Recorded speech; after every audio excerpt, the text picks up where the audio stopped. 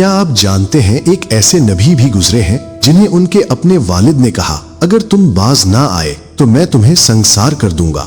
آئیے دیکھتے ہیں آخر ایسا کیا ہوا تھا کہ ایک باپ اپنے ہی بیٹے کا دشمن بن گیا۔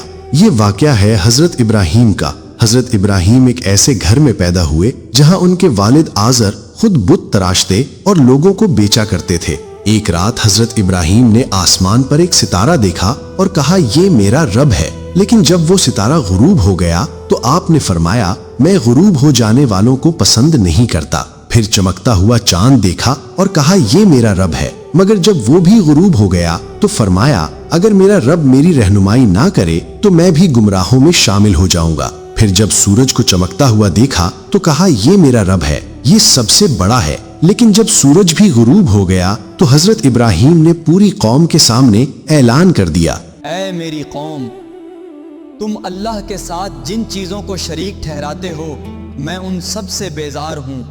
پھر انہوں نے اپنے والد سے محبت سے کہا اے میرے پیارے ابا جان، آپ ایسی چیزوں کی عبادت کیوں کرتے ہیں جو نہ سنتی ہیں، نہ دیکھتی ہیں اور نہ آپ کے کسی کام آ سکتی ہیں؟